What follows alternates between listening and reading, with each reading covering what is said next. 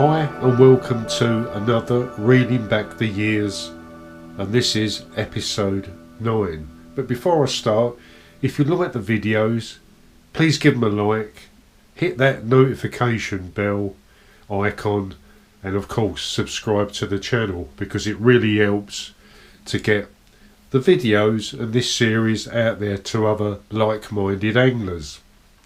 Today's reeling back the years, I'm not actually reeling back that far, because in the past I've gone back to my school days in my early 20s and 30s, but in this case I'm going back 8 years to 2017, well, coming up to 8 years in August, because along with two good friends I went to Sweden in the search of catching some monster Crucians. Now throughout this video you will see plenty of photos that I took while I was there, and little bits of film footage that I took on my mobile phone, my inferior mobile phone at the time.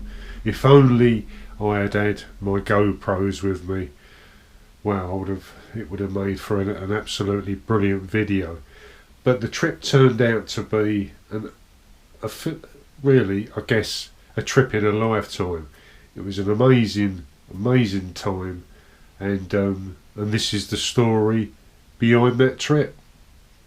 Well, going back to 2016, Keith and Rhu had been to Lake Ursjon in Sweden, and sadly I couldn't make it that trip.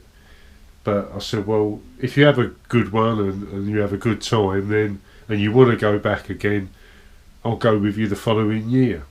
And that's exactly what happened. They caught some nice Crucian, they enjoyed it. I think they went in July and they got quite bitten to death by all the mosquitoes out there.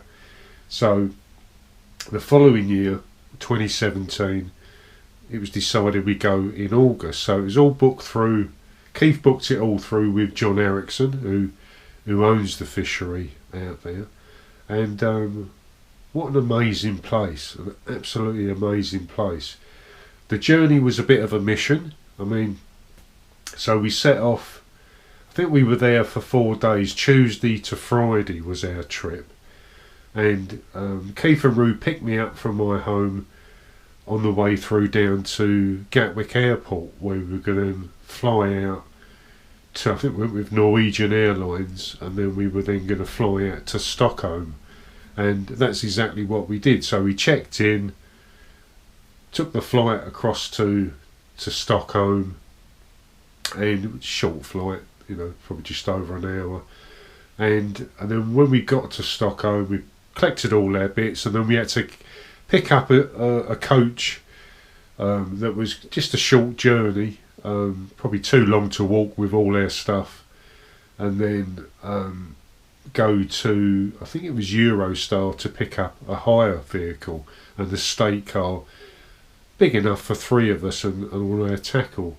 I mean, we were limited on the tackle that we took, obviously, because going by airplane, and we had one of those big old bazooka hard cases where we had our 3 rods in there, some couple of bank sticks, landing net handles, that sort of thing, and then in our case we had like a fold away landing net pan, and little bits of floats and hooks and shots and small terminal tackles. We didn't need an awful lot, and the plan was to get there en route with them, go into a local store and pick up some chairs to sit on, and that's what we did. So we had it all sort of planned out, and pick up a bit of grub as well for our trip. So it goes on the coach. We then go to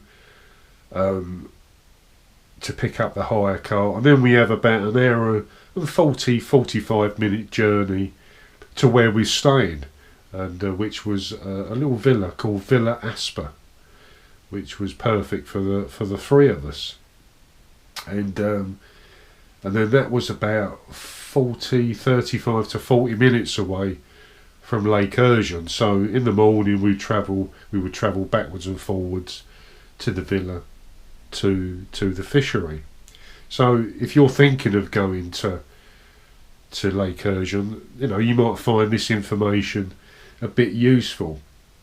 A bit of a mission, because obviously the ferry to Sweden doesn't stopped a long while ago, because that would have been the obvious route. Pack, you know, sort of load up the car and then drive across. I mean, we met other anglers out there from Germany, obviously from Sweden, other parts of Europe, and they could obviously drive across all the borders to Lake Ursjon, where we were restricted by air travel from what we could really take. So anyway, like, we were fishing from the Tuesday to the Friday. Keith had booked all our day tickets with John and everything, so all it was down for us to do was to arrive, and we parked up in the car park and then walked through to the lake. So this was going to be my first look of the lake. In fact, we actually, when we got there, we had a quick look at the lake, and then we were going to then come back in the morning. And I couldn't wait. There was fizzing bubbles going on around all the margins, and what an absolutely stunning place. And later in the week, when we got talking to John Ericsson, he would give us a little bit of an insight into what this lake was all about. It's over 10,000 years old, and for basically 6 months of the year it is frozen solid. And he was saying that he don't know how the Crucians actually got in there, and there's a few tench in there as well, and perch. They did introduce some king carp to the lake many years ago, but they just didn't survive in the cold conditions. When the lake just iced up, they just perished basically, which was sad. But the Crucians and the tench could bury themselves in the silt, and boy was that lake silty. And all around the lake it was like a marsh, so we had to take like Crocs. No point wearing any socks, because there was like boards, as you'll see by the photo. There was boards that you had to walk on, and either side of them boards was the ground, if you like, was just springy, and it was just wet. So as you'd step on it, you'd sink into it right down to your ankles, and all this water would come up. It was quite. I've never fished anything like it before, and probably never will. So it was almost like a springy bank that would just moved around, and then they'd put boards down so that you could obviously manipulate your way around the lake and fish some of the swims.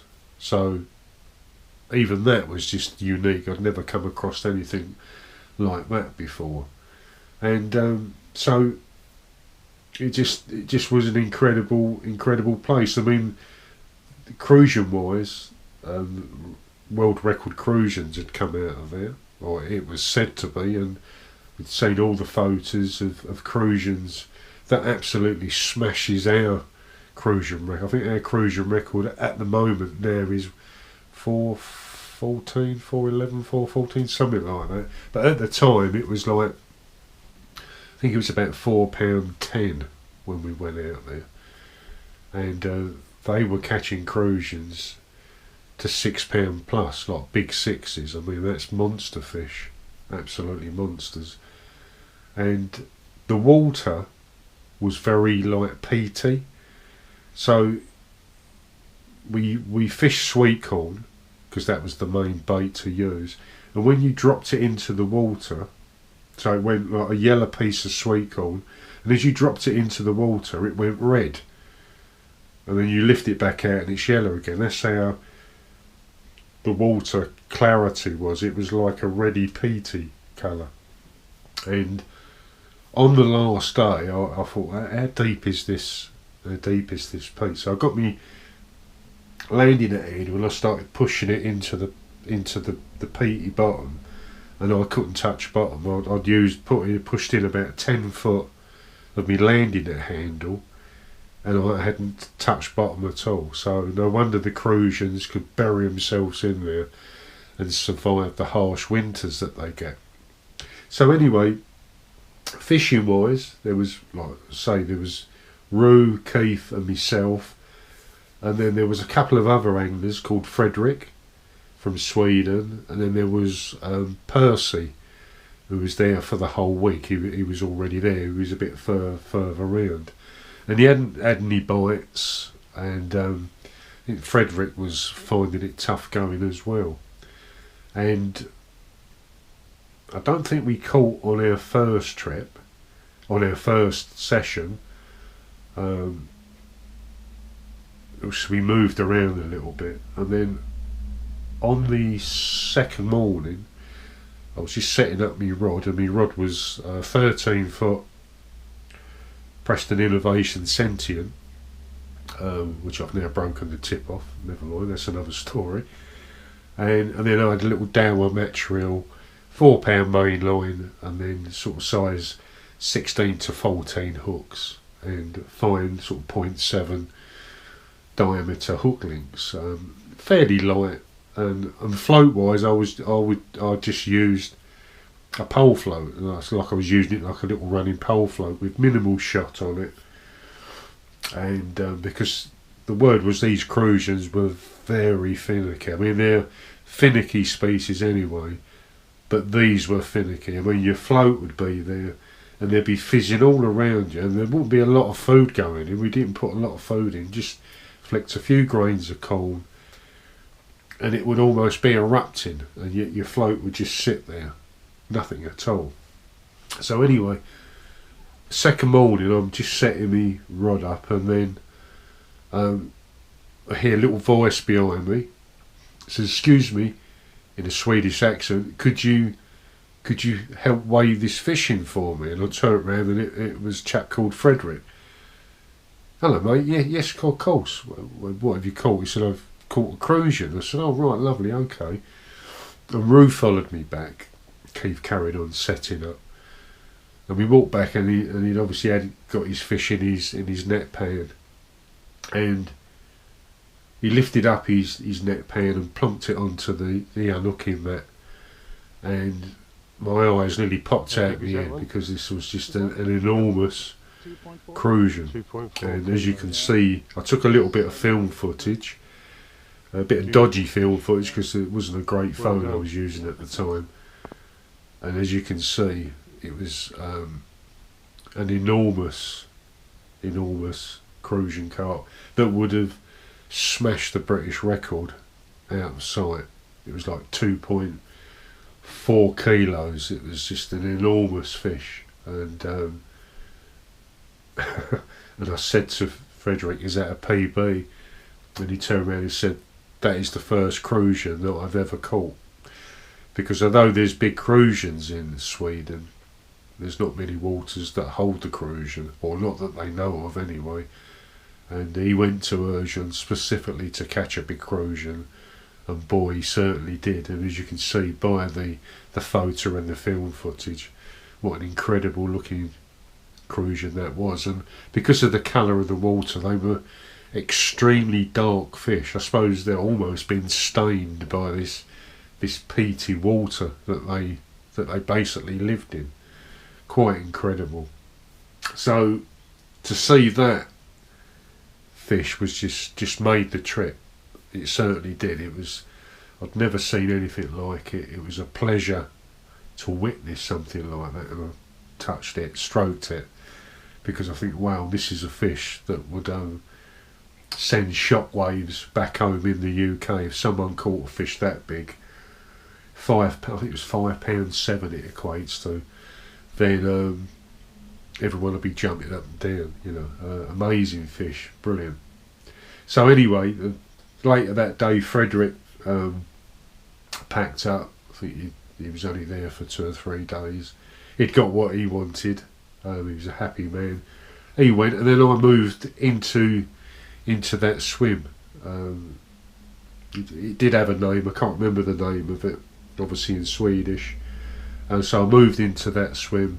Frederick was still further round the other side, still biteless, and it wasn't until later that evening, when it started, the light just started to go, that I caught my first Crucian, and lovely looking fish. It was £2 14. I've got a little clip of it of me slipping it back. Very wide. I mean, they are all wide fish, like dinner plates, aren't they? And immaculate fish. And I was catching them right up close to the bank. I was moving, because I was very wary of moving around too much, because of the nature of the marshy banks, the spongy banks. If you moved around too much, you would create a bow wave. Quite incredible, really. So I kept well back, kept very calm, didn't move around too much. The only time I would get near the water's edge was if I obviously could hook a fish and to net it. So that was my thought process. And so I caught that, and I thought, wow, that's my first Swedish fish, £2 14. Back home in the UK, 3.14 is my PB.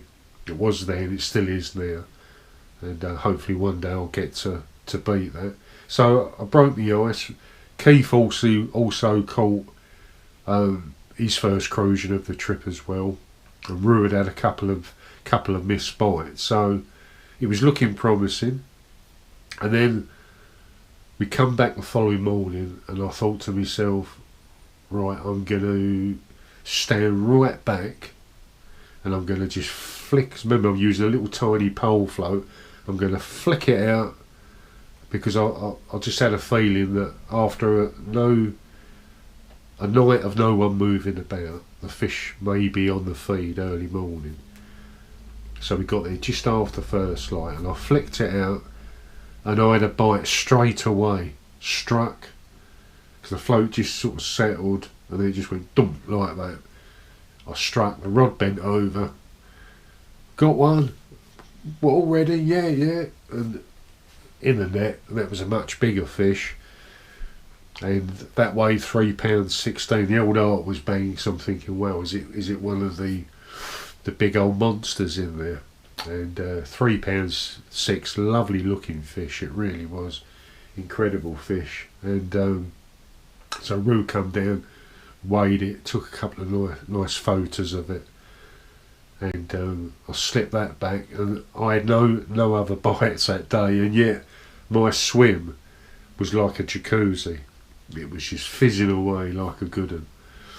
And then a bit later in the day, I looked up and I could see a bit of commotion going on with where Keith and Rhu were fishing, and I could see that Keith was into a fish.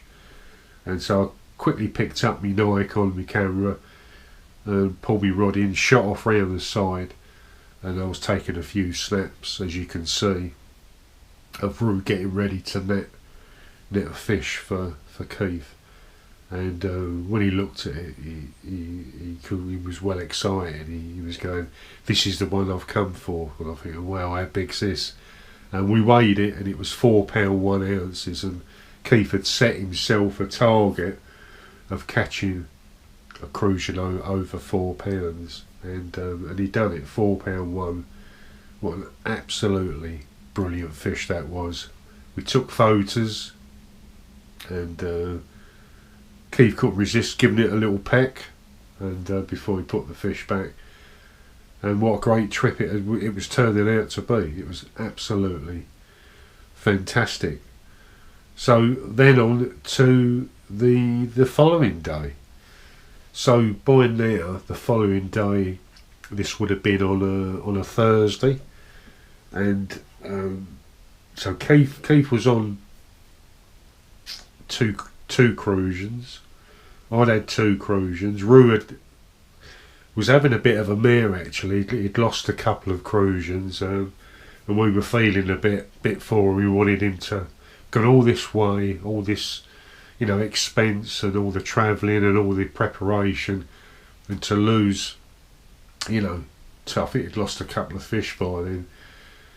It was a bit gutting, really. So we were kind of keeping our fingers crossed that he would have managed to get one in the net, And then John Ericsson and his good friend Mikael come round a bit later that day, and they took us on a little bit of a tour further around the lake, and we were chatting to Percy, who was still hadn't caught, and he was, you know, trying and all that, and he said, "Oh, I might have to move, try a different swim," because he just sat it out in the same swim. He was overnight fishing. He was staying on Lake Ursjon all the time, where we were going backwards and forwards, and so I left Keith chatting away to John and Mikael, and I walked back because it was getting near that time when I thought maybe, you know, they've rested the swim, they come away from the swim, it had gone quiet, and hopefully might be able to nick another fish, and that's exactly what happened. I just flicked it out. You know, sometimes you get a gut feeling. There was, funny enough, a little light drizzle of rain. It had darkened over a little bit, clouded over, and a float shot under. Boom! I looked up to Rhu, because Rhu had then gone back, and I said to him, "I've got another one on," and I netted that. That was my third Crucian. That was just over the £3 mark, and so that was my second biggest fish of the trip, and so I'd got 3, and then like, as Rhu went back, 'cause he took a photo of that, he went back, and I looked up and I could see that he'd hooked into a fish, and I see the rod come back and he pulled out of it, and I thought, oh God, I don't believe it. He's having a, you know, bit of a nightmare, you know, really is. Really felt sorry for him. So then that left us. We went back to the villa that night and had a couple of beers and chatting how it had all been progressing and everything. And anyway, so we come back to the final day, and by now I thought, right, I'm gonna fishing still the same swims. I thought I've had 3 fish out of it. I've got to carry on, and I pulled the float. It was almost touching the bank, near side bank, right basically. My rod, I've got a 13-foot rod, and 11 foot of it was back, and so I had like just the last 2 foot of my rod sticking over the edge, and so I was basically fishing right up close, and to my amazement the float just buried out of sight. I've struck, and then it's just tore straight off. The old reel going zzz, and Keith and Rhu have looked down. So what you got on there? So I think I've got a monster on here. Zzz, and I think never fair looked a good fish, and it tore off out, because there's stick up reeds in it, and I'm thinking, oh, don't get in there. And I'm trying to give it a little bit of stick without going overboard, because I'm still fishing fairly light.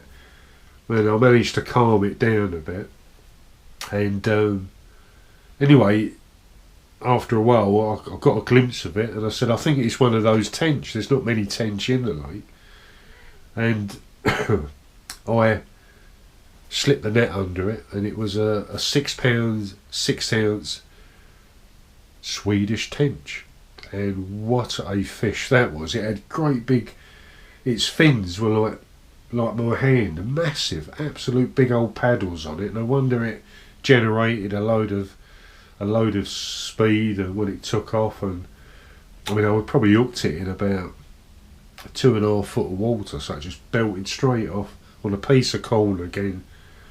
It was amazing that it didn't break the hook link off. It was only, I suppose, because I was using a nice light tip rod, you know, like me waggler rod, me Sentient, but it cushioned it, and when you're using balanced tackle, it does help you to land some of these bonus fish. And so again, Rhu kindly come down, took some photos, and it was jet black, this fish. I've never caught a tench so dark. It was, I suppose, again because of the water conditions being very peaty, it was just jet black, and quite an amazing to have 3 Crucians and that bonus tench. And I think John said that out of the whole season there was only 2 tench that was caught from all the anglers that visited, and I'd caught one of them. I think the other one was just over 6. So I could claim that I caught the biggest tench out of Ursjon that year in 2017. And lovely fish, I must admit. And so I thought, well, what I'd do, time was running out. We were going to be leaving about 2 o'clock. We'd already sort of booked out of the villa for the Friday morning. And then we were going to then have something to eat, then head straight back to Stockholm airport. Take the car back first, get the coach back to the airport, and then fly back to Gatwick. That was the plan. And I thought, well, what I'll do is I'll try. I had a bit of a feeling for the corner swim on the other side of some big rocks that I was fishing. And when I got round to go there, I'd see that Percy was already in there, and I thought, oh, okay. Well, I'll just jumped in the next swim, and when I happened to be looking down at Percy, he was right in the corner peg, and this was before I'd even cast out. And also I see his rod go up and he's striking, and his rod's bent over, and there's a load of splashing and commotion going on, and I'm thinking, I know he's hooked into one, and he's getting excited, and because he hadn't had a bite all week. So I very, very slowly started walking up towards him. He didn't even know I was there, just slowly, and I could see that he had a big old fish on, and he's netted this fish, and he's shaking. He's literally shaking, and he still didn't know I was there. And I've gone up, I've walked up. I said, Percy, what you got there, mate? And he's got massive Crucian. He's got massive Crucian, biggest Crucian ever I've seen, biggest Crucian. And when he lifted it out, I thought, wow, that's as big as what Frederick had caught. Different looking fish, looked a much younger fish, beautiful fish. And he said, will you help me, because he was just shaking, he was just like in bits. So I said, yeah, So I'm thinking, wow, I've just seen two Crucians in a space of 4 days that smashes the British record completely out of sight. So I've helped him weigh it, measure it, and it was a big old dinner plate, and he's held it. I did take a little bit of video footage, but don't seem to be able to find that at the moment. But I took some photos of this magnificent looking fish, and then he returned it, and he said, that's my only bite of the week. So I think Frederick, he caught one other fish. No, he couldn't have done, because he said that was the first Crucian. So the 2 local anglers, like from Sweden, had one fish each, one bite each, £5.7, and Percy's one was an ounce bigger at £5.8. Unbelievable. So although I had 3 Crucians and 1 tench, Keith ended up with 4 Crucians. Sadly for Rhu, it just didn't happen. He hooked 4 and lost 4, which we were really gutted about. But what an incredible trip. I don't think I'll ever probably go back. I think it must be classed as just a trip of a lifetime. Costs have gone up more there, and stuff like that. So that was like I say, that was nearly eight years ago. But amazing place, and as you can see by the photos on this video that I took, stunning looking place, all the trees in the background, and I know John has done more work on it. I think there's more pegs on it now to fish from, and they've also got another lake that's part of the deal now, and I think they've stocked it with more Crucians as well. So I don't think I'll probably go back. We was toying with going back a year or 2 after we went, but we never got round to it, sadly. But there you go.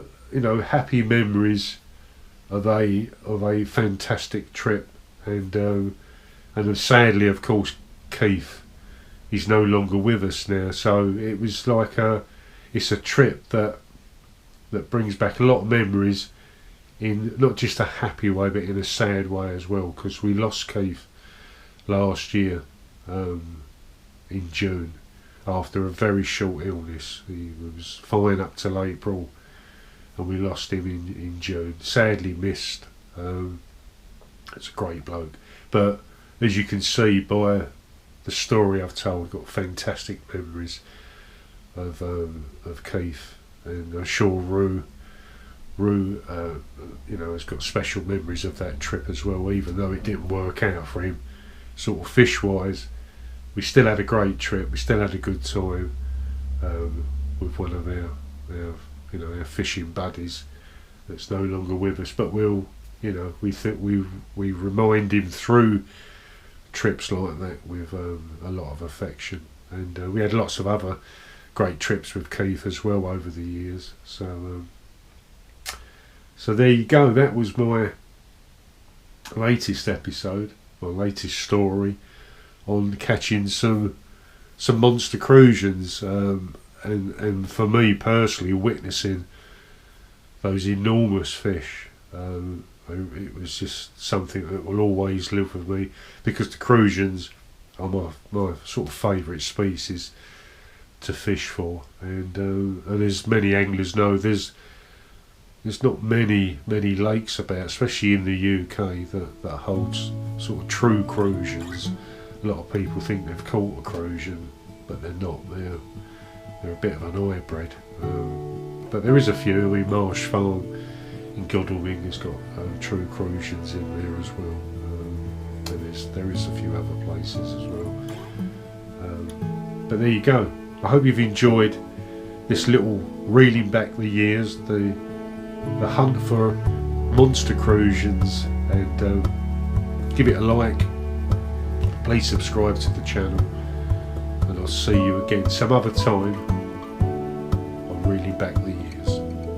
I think it's time for me now to do a bit of tench fishing, and maybe fit in a roach session as well. I'll see you again soon, and take care.